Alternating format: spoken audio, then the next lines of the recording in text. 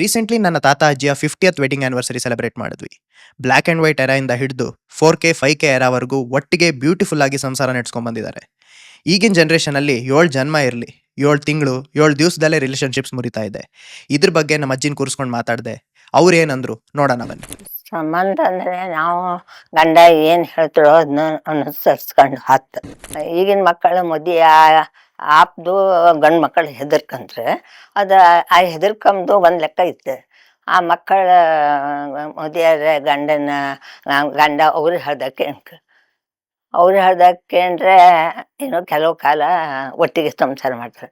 ಅವ ಏನಾರು ಒಂದ್ಸರಿ ಇಲ್ಲ ಎಲ್ಲ ನೀನು ಹೇಳ್ದಕ್ಕೆ ಅನ್ಕೊಂಡು ನಂದು ನಡೀಕಂದು ಹೇಳಿದ್ರೆ ನೀನು ನಿನ್ನ ಮನೆಗೆ ಹೋಗು, ನಾನು ನನ್ನ ಮನೆಗೆ ಹೋಗ್ತೀನಿ ಅಂತ. ಗಂಡನ ಮನೆ ಅಂದು ಹೇಳಿ ತಾಯಿ ಮನೆಗೆ ಹೆಂಗೆ ಇರ್ತೀವೋ, ತಾಯಿನೇ ಹೆಂಗೆ ನೋಡ್ಕೊತೀವೋ ಹಾಗೆ ಅಲ್ಲೂ ಅತ್ತೆ ಮಾವನ ನೋಡ್ಕೊಂಡ್ಕ ಅವ್ರು ಹೇಳಿದ್ದು ಹೌದಂದು ಹೇಳಿ ಅದನ್ನ ಪಾಲಿಸ್ಕೊಂಡು ಹೋಯ್ಕೆ. ಅತ್ತೆ ಬೇರೆ ತಾಯಿ ಬೇರೆ ಅಂದು ಅನ್ಸುಕಾಗ ಅವರು ಹಾಗೆ ಮಗಳು ಬೇರೆ ಸೊಸೆ ಬೇರೆ ಅನ್ಸುಕಾಗ ನಮ್ಮ ಮನೆಗೆ ಬಂದ ಮೇಲೆ ನಮ್ಮದೇ ನನ್ನ ಹೆಣ್ಮಕ್ಳು ಹಾಗೋ ಹಾಗೆ. ಅದೇ ಈಗಿನ ಕಾಲದ ಹೆಣ್ಮಕ್ಳು ದುಡಿತ್ರಲ್ಲ ಅಜ್ಜಿ, ಈಗ ನಿಮ್ ಕಾಲದಾಗೆಲ್ಲ ಈಗ ಗಂಡನ ಮೇಲೆ ಡಿಪೆಂಡೆಂಟ್ ಇದಂತ ಹೇಳಿ, ಈಗಿನ ಕಾಲದಾಗ ಹಂಗಿರೋದಿಲ್ಲ.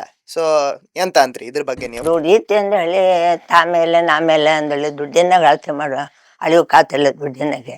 ದುಡ್ಡಿದ್ರೆ ನಿಮ್ಮ ಜೀವನ ಒಳ್ಳೆ ರೀತಿಗೆ ನಡೀತು. ಬಿಟ್ಟರೆ ಮುಂದೆ ನಿಮ್ಮ ಮಕ್ಕಳ ಎಜುಕೇಷನಿಗೋ ನಿಮ್ದು ಮನೆಗೋ ಅದಕ್ಕೋ ಇದಕ್ಕೋ ಒಳ್ಳೆ ರೀತಿಗೆ ಇನ್ನೊಬ್ರು ಮುಂದೆ ಕೊಯ್ತಾ ಇದ್ದೆ.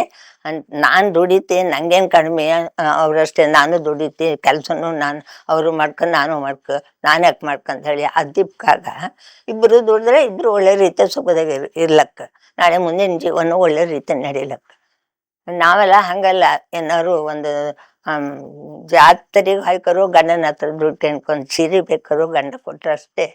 ನಾವು ತಕೊಂಡು ನಾವು ದುಡಿತು ಅಂತ ಹೇಳಿಲ್ಲ, ಅವ್ರು ಕೊಟ್ಟರೆ ನಾವು ಉಡೋದಿಲ್ಲ ಅಂದರೆ ಅರ್ಧದ ಸೀರೆನೂ ಉಟ್ಕೊಂಡು ಇರುತ್ತೆ ನಾವು. ಅದು ಮತ್ತೆ ಬೇಕಾದಂಗೆ ಮಾಲಿಗೆಲ್ಲ ಹೋಯ್ತಕ್ಕಂದಿಲ್ಲ.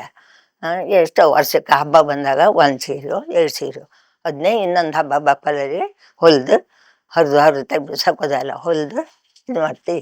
ಅದೇ ಇಬ್ರು ಅನ್ಸರ್ಸ್ಕೊಂಡ್ ಹೋಗಿ ಇವ್ರನ್ನ ಅವ್ರ ಅರ್ಥ ಮಾಡ್ಕೊಂಡು ಅವ್ರನ್ನ ಇವ್ರ ಅರ್ಥ ಮಾಡ್ಕೊಂಡ್ರೆ ಒಳ್ಳೆ ರೀತಿ ಬದುಕ್ಲಕ್. ನೀವೆಲ್ಲ 50 ವರ್ಷ ಹಿಂಗ್ ಕಂಡಂಗ ಅವರು ಕಾಣ್ಲಕ್. ಇಲ್ಲ ನಾನ್ ಮೇಲೆ ನೀನ್ ಮೇಲೆ ಅನ್ಕೊಂಡ್ ಹೋದ್ರೆ 50 ವರ್ಷ ಅಲ್ಲ 50 ದಿವಸ ಕಷ್ಟ. ನಮ್ಮ ಅಜ್ಜಿ ಮಾತಾಡಿದ್ದು ನಿಮ್ಗೆ ಹೇಗ್ ಅನ್ಸ್ತು ಕಮೆಂಟ್ ಅಲ್ಲಿ ತಿಳಿಸಿ. ಮತ್ತೆ ಸಿಗೋಣ. ಹರೇ ಕೃಷ್ಣ.